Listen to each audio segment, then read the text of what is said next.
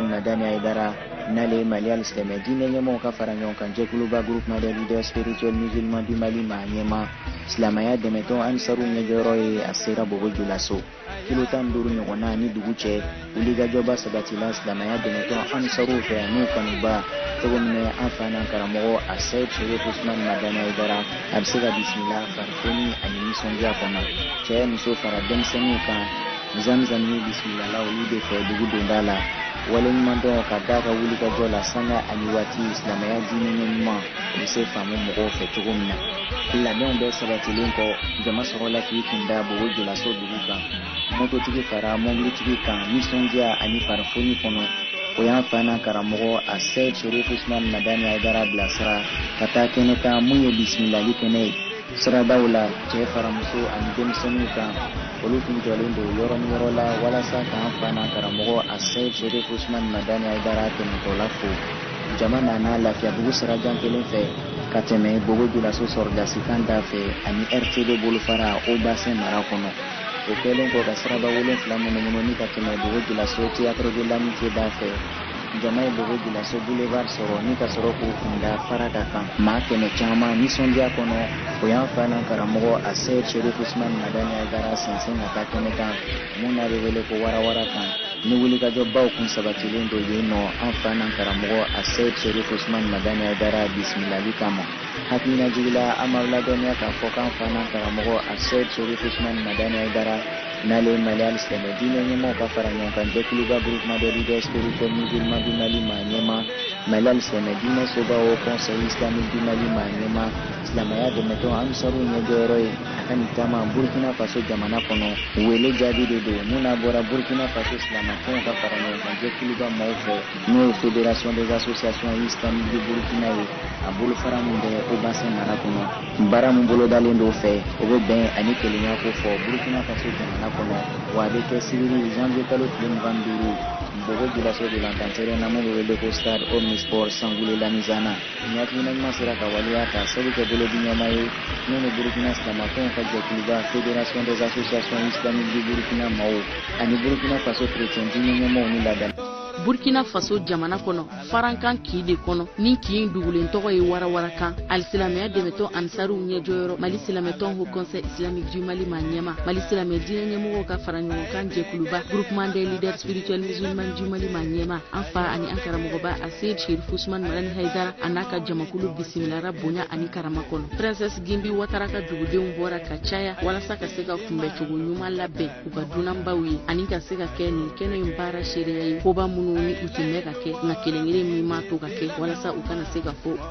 al-Islamia demeton ansaru njoro akani tama mbido kadara mi konnana wele de blalama invité d'honneur yala dama kasili kene bele ka wala sa kasika soli uchaya anika do donke Burkina Faso jamana yi ani Burkina Faso sirinyo jamana o kelengere na bela jelinyi wala sa beni kelenyo nya ani kolusumani hakli sigibi sega segna du odu donke ne bayin labenindu ka doda ka ben sibiri don janvier kalu klemwa ani doruma odu donke ne sanuma yi hakli na nyuma bora Burkina Faso jamana Silameton ka faranyon kan jekuluba fédération des associations islamiques du Burkina des eaux bassins église catholique ka bolo du nyoma kono ani église ka faranyon kan jekuluba fédération des églises et missions évangéliques sangani sigi mini a haklina falina Burkina Faso jamana nyema oroko mar Christian Kabore ani Mali Silameton au conseil islamique du Mali Manyema Mali Silamé dine nyemo ka faranyon kan jekuluba groupement des leaders spirituels musulmans du Mali Manyema al-Islamia demeton ansaru nyejoro Ased Sherif Usman Madani Aidara ni nyonche wale nyumandon jonjon taraka Khalifa karamogo Haidara la ni ka décorer ni jonjon ba mi joro ka bon Burkina Faso jamana kono nu kwa maran d'officier de l'ordre de l'état long kada karamogo Haidara ka jija anaka timinandia sengebali ni nyine balika beni kele nyonya sabatili la farafina klibian fanfe jamana o kelengelen bela jelen kono wale nyumandon jonjon dikene nkanka nyeshin karamogo Haidara ma bara bonya kun Khalifa Lindo Burkina Faso ministre d'état la atonyogo muso ministre mi ni okabara obinyeshi nyeta ani bikle subahana manshi unka fara postu ko konya unyene bolika Burkina Faso jamana kono nukwa ma pays des hommes intègres bara shereala alifana fe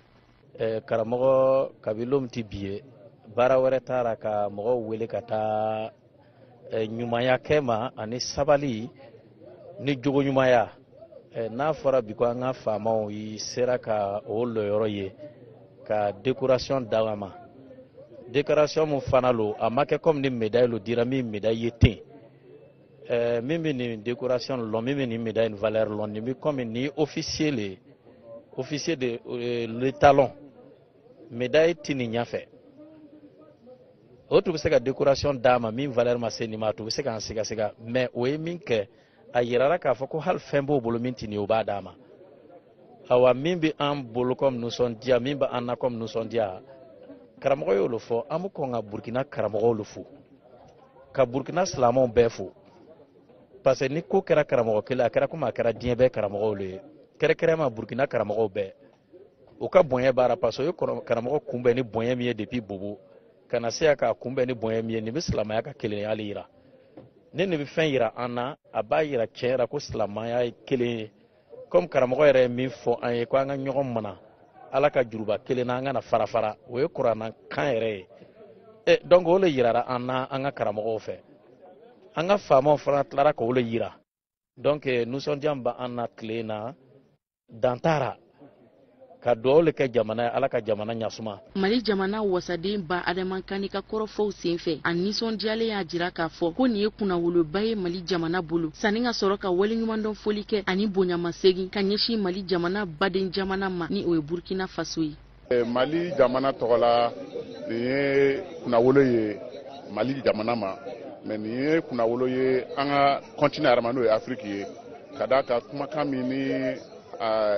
o décoration kɛra bi parce que i bɛ fɛn dɔ de kɛ i bɛ waleya dɔ de kɛ ni o bonyamasegin bɛ k'i ma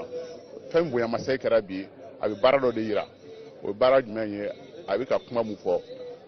o ye kuma jumɛn ye ka diinɛ min ni o bɛ diɲɛ fan bɛɛ hali n'a bɛɛ tɛ diinɛ suguya kelen ye k'a yira k'a fɔ ko diinɛ mana fosi kama fɔ adamadenw ka lafiya a ye o kuma mun fɔ ka kɔnba kɛ o mun na depuis waati janw na ka bɛn waati gɛlɛnw na ka na se bi ma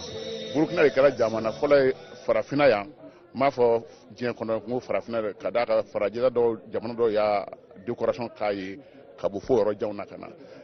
Burkina de kɛra jamana fɔlɔ mun ye nin décoration in d'a ma farafinna yan o tuma an bɛ Burkina fo la parce que Burkina ni Mali ani an ka sous-région an bɛɛ jamana kelen de ye an bolo bɛ ɲɔgɔn bolo kabi bi tɛ o tuma o foli de bɛ an fɛ k'a fɔ Burkina ye ka a jamana ɲɛmɔgɔ fo ka président fo ka autorité bɛɛ fo Mali tɔgɔ la ani an ka autorité tɔgɔ la k'a yira k'a fɔ an bɛɛ ye jamana kelen an bɛɛ ka nisɔndiya ye kelen ye u ye nin kɛ n'Ala sɔnna ma an bɛ u fo n'a ye k'u waleɲuman dɔn n'a ye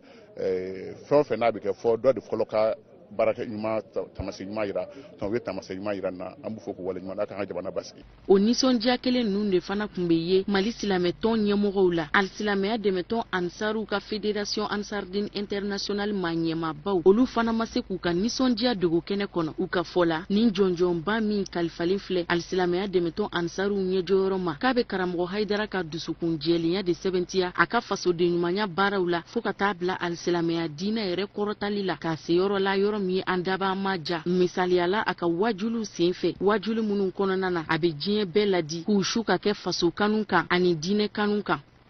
an nisɔndiyalen no kɛnɛ kan yan bi coordination ye labɛn min kɛ Burkina yan ni ka o le ka diinɛ ɲɛmɔgɔ bɛɛ wele ka fara ɲɔgɔn kan ka ala deli cogo min na jamana bɛ se ka lafiya sous-région bɛɛ bɛ se ka lafiya ka diinɛ taabolo bɛɛ wele ka fara ɲɔgɔn kan o sabubuyara o wele sabubuyara an bɛ ala fo ka coordination fo ka an balimamuso fo min kɛra a sababu ye ja madame Ouattara Fatumata an b'a fo ka barika la ka an ka ministre fo ka tila ka foli sigi an ka président ba ma n'o ye Roch Marc Kabore k'a fo ka barika la ye an nisɔndiyara sɔgɔmada in na an karamɔgɔ nana ka na foli d'a ma a ye karamɔgɔ reçoit ka tila k'a jira ko ministre ka a décorer n'o ye an ka administration territoriale ministre ye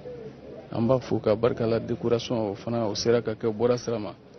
ni ala sɔnna ma sini samedi Bobo Dioulasso stade Sangoulé Lamurela la na ala sɔnna ma 14h duwawu kalan bɛ yen silamɛ bɛɛ lajɛlen wele n'o ye ka n'aw duwawu kalan na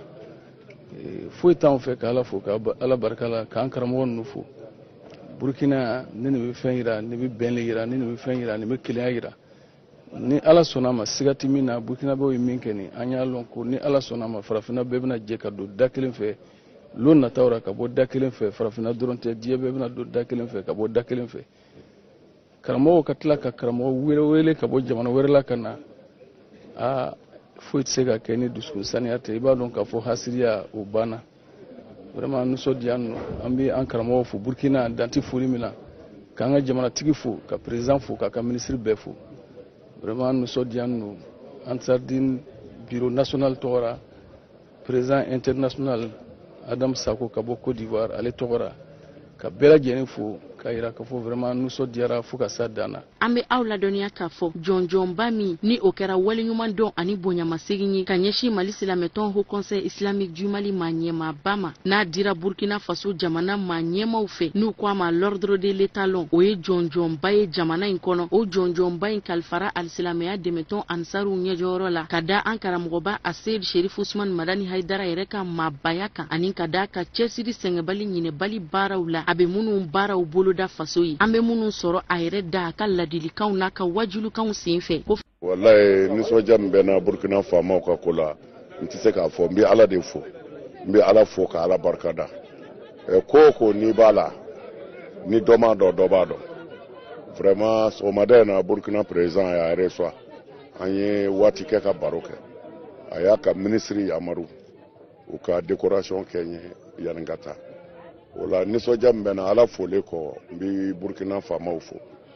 mais Burkina faamaw foli kɔfɛ n bɛ an yɛrɛ ka karamɔgɔw fo Burkina alimamiw Burkina karamɔgɔw association ɲɛmɔgɔw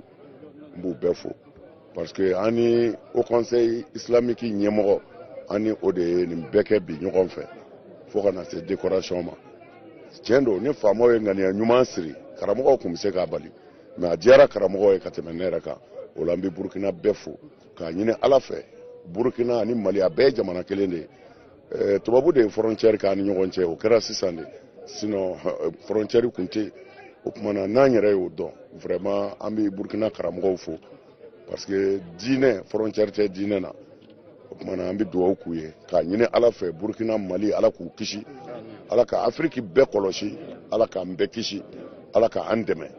nin dekun minnu bɛ jamana ninnu kan ala k'a wuli ala k'an bɛɛ sababu ma n bɛ se k'o de fɔ mais n yɛrɛ bɛ yɔrɔ min na sisan min bɛ n dusukun na nɛ tɛ se k'a bɛɛ fɔ